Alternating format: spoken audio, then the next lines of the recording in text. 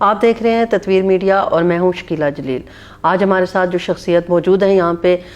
وہ اسلامی نظریاتی کونسل کے چیئرمین جناب قبلہ ایاز صاحب ہیں، اور ہم قبلہ ایاز صاحب سے اب یہ پوچھنا چاہیں گے کہ اسلامی نظریاتی کونسل کس طریقے سے پاکستان کے جو قوانین اور آئین جو چیزیں بن رہی ہیں ان کو کس حساب سے دیکھتے ہیں، اور اسلامی نظریاتی کونسل اس حوالے سے کیا کردار ادا کرتی ہے؟ بسم اللہ الرحمن الرحیم۔ بہت اہم سوال آپ نے پیش کیا۔ اسلامی نظریاتی کونسل ایک آئینی ادارہ ہے۔ پاکستان کے 1973 کے آئین میں اس کا ذکر ہے اور پروویژنز ہیں، اور اسی آئین کے تحت اس ادارے کو قائم کیا گیا ہے۔ بنیادی طور پر اس کا کام جو ہے وہ یہ ہے کہ حکومت کو، خواہ وہ وفاقی ہو، صوبائی ہو، پارلیمان کو اسلامی دستور سازی، قانون سازی کے حوالے سے تجاویز پیش کرے، مشورے دے، اور اسلامی معاشرت کے قیام کے لیے سفارشات پیش کرے۔ چنانچہ آپ نے طریقہ کار کا پوچھا۔ طریقہ کار تو یہ ہے کہ قانون سازی میں جب پیش رفت ہوتی ہے تو قانون ایک بل کی صورت میں آتا ہے، اور پھر وہ سینٹ، قومی اسمبلی، اس طرح صوبائی اسمبلیوں کی اسٹینڈنگ کمیٹیز کے پاس وہ بل جاتا ہے۔ اس میں اگر مذہب، شریعت کے حوالے سے کوئی بات ہو، مذہبی حوالہ ہو، تو اسلامی نظریاتی کونسل اس اسٹینڈنگ کمیٹی کے ساتھ کام کرتی ہے، اور بالعموم ہم نے یہ پایا ہے کہ اسلامی نظریاتی کونسل کی سفارش، تجاویز، آراء کو اس بل کے اندر سمو دیا جاتا ہے۔ تو یہ ہے وہ اسلامی نظریاتی کونسل کے اہداف و مقاصد اور طریقہ کار۔ اچھا، ابھی ٹرانسجینڈر کے حوالے سے ایک بہت زیادہ آپ سوشل میڈیا پہ بھی ایک طوفان بدتمیزی ہے، اور کچھ چیزوں کو بہت متنازع قرار دیا جا رہا ہے اس بل کے حوالے سے۔ تو کیا آپ سمجھتے ہیں کہ ٹرانسجینڈر جو بل ہے اس میں کون سی شقیں ایسی ہیں جو متنازع ہیں، اور اسلامی نظریاتی کونسل سے کیا اس بل کو پاس کرنے سے پہلے کوئی رائے مانگی گئی تھی، اور آپ کی طرف سے کیا رائے گئی تھی؟ 2018 کا جو بل بعد میں ایکٹ بن گیا، اس کے حوالے سے اسلامی نظریاتی کونسل کی رائے نہیں لی گئی تھی، لیکن ہم نے آج خود اس کو اپنے اجلاس، ایپکس باڈی، اعلیٰ باڈی جو ہماری ہے، اس کے سامنے پیش کیا، اور ابھی جو 27 ستمبر کو اجلاس ہوا اس میں بھی ہم نے دوبارہ اس مسئلے پر غور کیا، کیونکہ جس طرح آپ نے بھی کہا، میڈیا میں اور سوشل میڈیا میں اس پر بہت شور مچا، اور کچھ ترامیم بھی سینٹ میں پیش کی گئیں، اور اسلامی نظریاتی کونسل نے دوبارہ قرار دیا کہ ایک تو اس بل کے اندر یہ جو کمیونٹی ہے کہ جس کو ہم بالعموم خواجہ سرا کہتے ہیں، لیکن اسلامی حوالے سے اس کو ہم خنثی یا انٹرسیکس کہتے ہیں، تو اس کے حوالے سے ایک تو ان کے حقوق کی بات ہے، مثلا تعلیم کا حق ہے، باوقار زندگی جینے کا حق ہے، ووٹ کا حق ہے، ملازمت کا حق ہے۔ اس کے لیے تو اسلامی نظریاتی کونسل جو آئین کے حوالے سے انسانی حقوق ہیں، مکمل ہم حمایت کرتے ہیں، اور بھرپور حمایت ہم نے اس کے لیے بھرپور آواز اٹھائی ہے۔ لیکن یہ جو ایکٹ 2018 ہے، اس کے اندر ایک تو تعریف کے حوالے سے ہمارے تحفظات ہیں، کیونکہ ایک تو وہ پیدائشی جو اللہ تعالیٰ کی تخلیق ہے اس کے حوالے سے خنثی ہے، تو وہ تو یقیناً اللہ تعالیٰ کی ایک تخلیق ہے، لیکن اس کے جو مصنوعی پہلو ہیں ہم نے اس کی تعریف کے اوپر اپنے تحفظات کا اظہار کیا ہے۔ اب اس کے علاوہ اب جو ایک شق اس کے اندر موجود ہے، اور اس میں یہ ہے، ایک تو جنسی شناخت ہے، ایک ہے صنفی شناخت۔ تو صنفی شناخت میں جس کو سیلف پرسیوڈ آئیڈینٹی کہتے ہیں، کہ انسان اپنے آپ کو ذہنی طور پہ جیسے محسوس کرے وہی نادرہ اس کو قرار دے، تو مثلاً مرد ہے وہ کہے کہ میں اپنے آپ کو عورت محسوس کر رہا ہوں، عورت ہے وہ کہے میں اپنے آپ کو مرد محسوس کر رہی ہوں، اور پھر نادرہ مجبور ہو کہ اسی کے مطابق اس کا اندراج ہو. اس پہ ہمارے تحفظات ہیں، کیونکہ تحفظات جو ہیں اس کے کچھ اطلاقات ہیں، اور وہ اطلاقات مثلاً میراث کے حوالے سے ہے، مرد کا حصہ مختلف ہے، عورت کا حصہ مختلف ہے. اس کے علاوہ شہادت، اس کے علاوہ متعدد اور حوالے آتے ہیں کہ جس میں پھر یہ سیلف پرسیوڈ آئیڈینٹی میں اس حد تک جانا یہ بہت ہی شرعی مسائل کو جنم دے سکتا ہے. اچھا، آپ کیا سمجھتے ہیں کہ اتنا ایک جو ہے نا حساس یہ ایک موضوع تھا جس کے اوپر ایک بل لایا گیا اور اس پہ اسلامی نظریاتی کونسل سے رائے لینا مناسب نہیں سمجھی گئی، کیا اسی کے بعد چونکہ اگر وہ شاید رائے لے لی جاتی تو ہماری جو اسلامک ایک سوسائٹی ہے اس کے اگینسٹ کوئی چیز نہ جاتی، تو اسی وجہ سے شاید یہ سارے ایشوز بن رہے ہیں؟ اور آپ سمجھتے ہیں کہ حکومت کو اس بات پہ سوچنا چاہیے کہ ایک جو ادارہ موجود ہے آئین اور قانون کے تحت اس سے رائے لینا ضروری ہونا چاہیے؟ مجھے امید یہ ہے کہ اگر اسلامی نظریاتی کونسل سے اب بھی پوچھا جائے، ریفر کیا جائے، تو ہم اس کے شرعی ماہرین اور فنی ماہرین جو ہیں ان کو اعتماد میں لے کر ان کی برین سٹارمنگ کرا کے، فکری نشستیں کرا کے، اور اس مسئلے کے اوپر بہت ہی جامع سفارشات پیش کرنے کی پوزیشن میں ہے. اگر پہلے پوچھا جاتا تو مجھے امید ہے اور میں اعتماد کے ساتھ کہہ سکتا ہوں کہ یہ جو اس وقت ایک تنازع بن گیا ہے، ایک کنٹروورسی بن گئی ہے، شاید یہ صورتحال نہ آتی. اچھا، ابھی ایک اور بل بھی جو ہے وہ گردش میں ہے، اور وہ ہمارا جو ہے وہ ڈومیسٹک وائلنس بل ہے، کیونکہ پچھلے کچھ عرصے سے شاید یہ کہا جا رہا ہے کہ گھریلو جو ہے وہ تشدد میں اضافہ ہوتا جا رہا ہے، چاہے وہ شوہر کی طرف سے ہو، بھائی کی طرف سے ہو، یا پھر ہمارے ہاں جو ہے نا وہ والد یا جو بھی رشتہ دار جس کو آپ کلوز رشتہ دار کہہ سکتے ہیں ان کی طرف سے، تو اس کے اوپر بھی کیا اسلامی نظریاتی کونسل سے کوئی سفارشات دی گئی ہیں؟ اسلامی نظریاتی کونسل میں یہ مسئلہ مشرف کے دور سے زیر بحث رہا ہے، اور کونسل یقیناً گھریلو تشدد،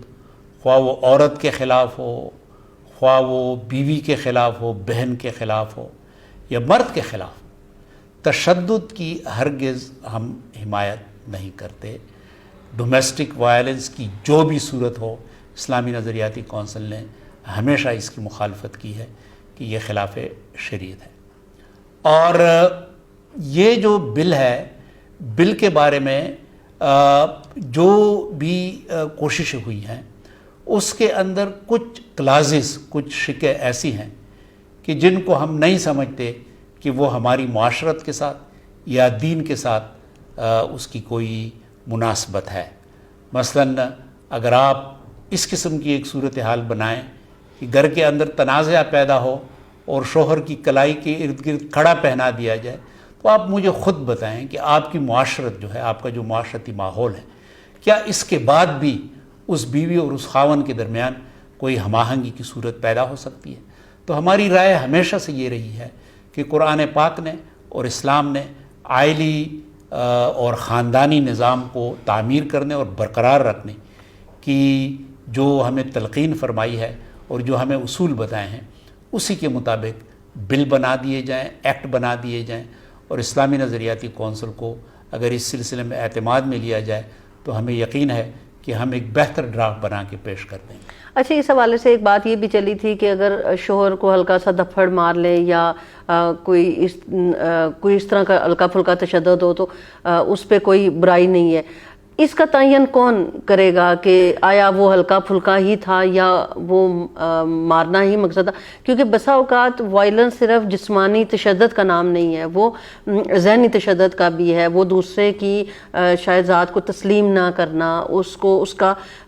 پورا حق نہ دینا ہے. تو اس حوالے سے آپ کیا سمجھتے ہیں؟ کہ دیکھیں، ہمارے لیے تو ماڈل جو ہے وہ رسول اکرم صلی اللہ علیہ وسلم کی سیرت ہے، پھر قرآن پاک کے اندر جو ہمیں احکامات ہیں، پھر علماء نے، فقہ نے، جو جورس پروڈنس ہے اسلامک، اس نے بہت تفصیل سے ان مسائل کو ڈسکس کیا ہے. اب رول ماڈل، اسوہ حسنہ، نمونہ ہمارے لیے رسول اکرم صلی اللہ علیہ وسلم ہے، تو ان کا دیکھیں کہ اپنی ازواج مطہرات کے ساتھ ان کا رویہ کیا تھا. حضرت خدیجہ رضی اللہ عنہا کے ساتھ، حضرت عائشہ رضی اللہ عنہا کے ساتھ، اس کے علاوہ آپ کی جو ازواج مطہرات ہیں، تو وہ واقعات احادیث میں موجود ہیں اور آپ کا رویہ احادیث میں موجود ہے. کبھی انہوں نے نہ ذہنی تشدد کیا ہے، نہ ذہنی طور پہ کوئی ایسا رویہ اختیار کیا ہے، بلکہ ہمیشہ ان کو خوش رکھنے کے لیے، ان کو عزت اور احترام سے نوازنے کے لیے آپ کا تعامل جو ہے وہ ہمارے پاس موجود ہے. قرآن پاک میں بھی اسی حوالے سے ہے، فقہ میں بھی اسی حوالے سے ہمیں. اب اگر معاشرے میں کچھ مسائل ہیں تو یقیناً ہم ان کا ایک حل ڈھونڈ سکتے ہیں، اور وہ حل ہم اسلامی روایات، اسلامی جو ورثہ ہے وہ، اور پھر معاشرتی جو ہمارا ورثہ ہے احترام کا، معاشرتی جو ورثہ ہے ایک دوسرے کے ساتھ محبت کا، اس کو بنیاد بنا کر ہم قانون سازی کر سکتے ہیں. اچھا قبلہ یا صاحب یہ بتائیے گا کہ ایک طرف ہم بہت سارے جو ہے نا وہ قوانین جو ہے وہ پاس ہو رہے ہیں، بل پیش ہو رہے ہیں، سوسائٹی کو بہتر کرنے کی باتیں ہو رہی ہیں، تعلیمی حوالے سے بھی دیکھا جائے تو شاید ہم لوگ اب یہ کہتے ہیں کہ جی پہلے کی نسبت ہماری شرع خواندگی بہتر ہے، لیکن اس کے برعکس معاشرے میں ایک عدم برداشت کی صورتحال ہے، ہمارے گھر ٹوٹ رہے ہیں، طلاق کی شرح بڑھ گئی ہے. تو کیا ہم ایک طرف تعلیم کے حوالے سے اور اخلاقیات کے حوالے سے اپنے آپ کو سمجھتے ہیں کہ شاید ہم بہتر ہیں، لیکن دوسری طرف ہم معاشرتی تنزلی کا شکار ہیں؟ آپ کیا سمجھتے ہیں اس کی کیا بنیادی وجہ ہے؟ دیکھیں، میں تو یہ سمجھتا ہوں، یہ میری ذاتی رائے ہو سکتی ہے، کہ ہمارے ہاں جو تعلیم جس کو ہم کہتے ہیں یہ تعلیم نہیں ہے، یہ خواندگی ہے. لٹریسی کے ریٹ میں تو بے شک اضافہ ہو رہا ہے، لیکن اگر ہمارے ہاں تعلیم بھی بہتر ہوتی تو تعلیم میں تو حصہ ہے تربیت کا، رویہ آپ کے بہتر ہوں، آپ کا انداز بہتر ہو، آپ کا تعامل بہتر ہو، آپ کا لوگوں کے ساتھ ایک تعلق جو ہے وہ احترام کی اساس پہ ہو، اس کو تعلیم کہتے ہیں. بدقسمتی سے ہمارے پاس اس وقت جو صورتحال ہے اس میں ہم خواندگی تو بڑھا رہے ہیں، تعلیم کی طرف نہیں آ رہے. کاش ہم تعلیم کی طرف آتے. پھر جو معاشی دباؤ کی کیفیت پیدا ہو گئی ہے، رہنے سہنے کا انداز جس طرح بدل گیا ہے، اور اب ہمارے شہر جو ہیں، ہمارے گاؤں بھی گنجان آباد بن گئے ہیں، اس کی وجہ سے یقیناً ایک ذہنی تناؤ کی کیفیت بن گئی ہے. اب اس بات کی ضرورت ہے کہ ہم اس کو ایک قومی ذمہ داری سمجھیں، قومی ذمہ داری بنا دیں کہ کس طریقے سے ہم نے ان مسائل کا حل ڈھونڈنا ہے. ہم نے صرف ریاست کی طرف نہیں دیکھنا، بلکہ ہمارا نصاب، ہمارا ممبر و محراب، ہمارا میڈیا، یہ سب اس جدوجہد میں لگ جائیں اور ہم ایک بہتر معاشرہ تشکیل دینے کے لیے کام کریں. یہ ہم صرف ایک جو ہمارا ونگ ہے یا ایک جو پورے نظام کا ایک حصہ ہے، صرف اس پہ ہم ذمہ داری نہیں ڈال سکتے، قومی ذمہ داری ہم نے اس کو بنانا ہوگا. اچھا، اس حوالے سے آپ کیا سمجھتے ہیں کہ کیا آج جو ہے وہ گھر میں والدین کا وہ کردار بھی نظر نہیں آتا شخصیت سازی کے حوالے سے؟ تو کیا ہم سمجھتے ہیں کہ اس وقت والدین اور اساتذہ دونوں کو رول پلے کرنا چاہیے تاکہ ہمارے آنے والی نسلوں کو ایک بہتر معاشرہ مل سکے، یا جس طریقے سے ہم چل رہے ہیں شاید ہم خدا نخواستہ اس سے زیادہ کہیں بری صورتحال کا شکار نہ ہو جائیں؟ استاد کا اور والدین کا کردار تو یقیناً بہت اہم ہے، لیکن جس طرح میں نے آپ کے پہلے سوال کے جواب میں گزارش کی کہ اب معاشی دباؤ اور تناؤ کی جو کیفیت بنی ہے، اب اس میں والدین جو ہیں وہ بھی مصروف کار رہتے ہیں. بہت محدود تعداد ہے کہ جو شاید اتنا وقت دے سکیں. پھر جو سوشل میڈیا آ گیا ہے، یہ بڑی بدقسمتی ہے کہ اس کے استعمال پہ ہم قابو نہیں پا سکتے، کہ اس کے استعمال کو ہم محدود کر لیں اس حد تک کہ جہاں ضرورت ہو. چنانچہ آپ دیکھتے ہیں کہ بچے بھی سوشل میڈیا پہ مصروف رہتے ہیں، والدین بھی مصروف رہتے ہیں، اور اس صورتحال میں ہم گھر کے اندر تو ہوتے ہیں لیکن حقیقتاً ہمارا رابطہ جو ہوتا ہے، تعلق جو ہوتا ہے، وہ ختم ہو چکا ہوتا ہے اور ہم تنہا ہو چکے ہوتے ہیں. تو یقیناً اس بات کی ضرورت ہے کہ ہم یہ سمجھائیں، یہ کوشش کریں کہ لوگ یہ سمجھیں کہ سوشل میڈیا کا استعمال جو ہے یہ محدود کریں. ہم وقت کا تعین کریں اور کچھ وقت جو ہیں وہ ہمارا رابطہ جو ہو، انسانی رابطہ، وہ برقرار رہے. جب ہمارا انسانی رابطہ برقرار ہو تو یقیناً ہم بہتری کی طرف جائیں گے. ایک آخری سوال آپ سے کہ اس وقت اسلامی نظریاتی کونسل جو ہے وہ کن جو ہے وہ موضوعات پہ کوئی کام کر رہی ہے، کوئی خاص جو پروجیکٹ، کوئی اس طرح کی چیز جو آپ اس وقت لے کے چل رہے ہوں؟ ہمارے تو ہمہ جہت کام ہے، متعدد مسائل جو ہیں وہ ہمارے سامنے اس وقت موجود ہیں. یہ جو مسئلہ ہے ٹرانسجنڈر کا یا انٹرسیکس کا، یہ ہمارا ہے، اس وقت ہم موجود ہیں، اس پہ کام کر رہے ہیں اور ہم نے سفارشات بھی دی ہیں. گھریلو تشدد کے حوالے سے آلریڈی ہے، جس کو جبری تبدیلی مذہب کہتے ہیں، یہ ہمارے زیر غور ہے. اور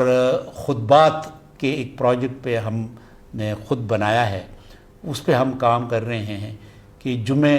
کے لیے نماز جمعہ کے حوالے سے یا اور جو مسجد کی سرگرمیاں ہیں ان میں ایسے معاشرتی موضوعات ہوں کہ جو ہم علماء کو دیں اور ان سے گزارش کریں کہ وہ ان موضوعات پہ بھی بات کریں، اور وہ موضوعات جو ہیں زیادہ تر معاشرتی ہیں، سماجی ہیں. اچھا، ایک بہت اہم سوال کہ جو ہمارا موجودہ نظام تعلیم ہے اس کو آپ کیا سمجھتے ہیں، اور اس کے نصاب میں کیا کوئی خرابی ہے یا بہتری ہو سکتی ہے؟ کیونکہ اس وقت ہمارے مدرسوں کی تعلیم کو بھی بہت زیادہ جو ہے وہ زیر بحث لایا جاتا ہے، اور مدرسے جو ہے نا وہ بھی آہستہ آہستہ متنازع مطلب ان کو قرار دیا. سوشل میڈیا پہ بھی اس کے حوالے سے بات چل رہی ہوتی ہے. کچھ لوگ اس پہ جب نظام تعلیم کی بات کرتے ہیں تو ہمیں لگتا ہے کہ ہم 3 مختلف طبقاتی نظام میں بٹے ہوئے ہیں. تو آپ کیا سمجھتے ہیں کہ اس میں کیسے بہتری آ سکتی ہے، اور موجودہ نظام تعلیم جو ہے وہ ہماری سوسائٹی میں بہتری لانے کا باعث ہے یا اس کو تبدیل کیا جانا چاہیے؟ تعلیم کے اندر بہتری کی ہمیشہ سے گنجائش ہے، اور صرف ہمارے ہاں نہیں، پوری دنیا میں. یہ ایک مسلسل عمل ہے. ہر ملک میں تعلیم کے حوالے سے مسلسل ایک کام ہوتا ہے اور مسلسل بہتری کی کوشش کی جاتی ہے. پاکستان کے اندر بھی ایسا ہی ہے، صرف نصاب نہیں ہے. اب ہم نے تعلیم کو یقیناً بہتر بنانے کے لیے جو ہمارے اسکول کالجز ہیں، یونیورسٹیاں ہیں، ان کے پورے ماحول کو بدلنا ہوگا، استاد کی تربیت کرنی ہوگی، اور نئے زمانے کے جو تقاضے ہیں ان کی طرف جانا ہوگا. اسی طریقے سے دینی مدارس جو ہیں، دینی مدارس کے اندر بھی ہمیشہ سے ایک کوشش رہی ہے کہ جدید جو تقاضے ہیں ان کے ساتھ ہم آہنگی ہو اور ان کے اندر بہتری لائی جائے. تو وہ بھی مصروف کار ہیں، اور ایک پورا ڈھانچہ جو ہے یہاں پر تو ہائر ایجوکیشن کمیشن ہے، اس کو بہت فعال ہونا چاہیے تاکہ ہمارا جو نظام تعلیم ہے، ہمارا جو پورا تعلیمی ڈھانچہ ہے، وہ اس طریقے سے ہمارے گریجویٹس بنائیں کہ وہ اب مفید شہری ہوں. وہ پوری دنیا میں جو اس وقت مقابلے کی کیفیت ہے، اس کیفیت میں وہ مقابلے اور سبقت کی پوزیشن میں ہوں. اور تعلیم کو آپ نے پیسے بنانے کا ایک ذریعہ نہیں بنانا، بلکہ تعلیم ہی دراصل وہ ایک میدان ہے کہ جس کے ذریعے آپ پورے معاشرے کی بہتری لا سکتے ہیں. تو ہم اس وقت جو زیادہ تر زور دے رہے ہیں وہ اعلیٰ تعلیم پر ہے، اور پھر جو بنیادی ابتدائی تعلیم ہے اس کو ہم نے یکسر نظر انداز کر دیا ہے. تو ضرورت اس بات کی ہے کہ ہم جس طرح ہائر ایجوکیشن کمیشن ہے، اس طرح ہم اسکولوں اور کالجوں کے لیے بھی ایک کمیشن بنا لیں، اور وہ کمیشن جو ہو وہ مسلسل بہتری کے لیے کوشاں ہو. ہم ابتدائی تعلیم کو بالکل نظر انداز کر چکے ہیں، یہ بہت افسوسناک بات ہے. آج کے ہمارے پروگرام میں آپ جو ہے وہ محترم قبلہ ایاز صاحب کی جو ہے وہ بہت مؤثر و سودمند گفتگو سن رہے تھے، اور یقیناً ان کی بہت ساری باتیں ایسی ہیں جس پہ ہمیں غور کرنا چاہیے، اور ہماری سوسائٹی میں وہ یقیناً بہتری کا باعث ہو سکتی ہیں. انشاءاللہ تعالیٰ اگلے پروگرام میں ایک نئے مہمان کے ساتھ آپ کے سامنے حاضر ہوں گے. اللہ حافظ. تعلیم سے دوری کی اندرونی وجوہات سے لے کر اعلیٰ تعلیم کے حصول تک، گھر کی 4 دیواری سے لے کر دنیا کے بدلتے حالات تک، عوامی مسائل سے لے کر دنیا کے خوبصورت سیاحتی مقامات تک، اندھیر نگری سے لے کر انصاف کی فراہمی تک، ہر خبر سے باخبر رہنے کے لیے دیکھتے رہیے تطویر میڈیا، ہم بنیں گے آپ کی آواز.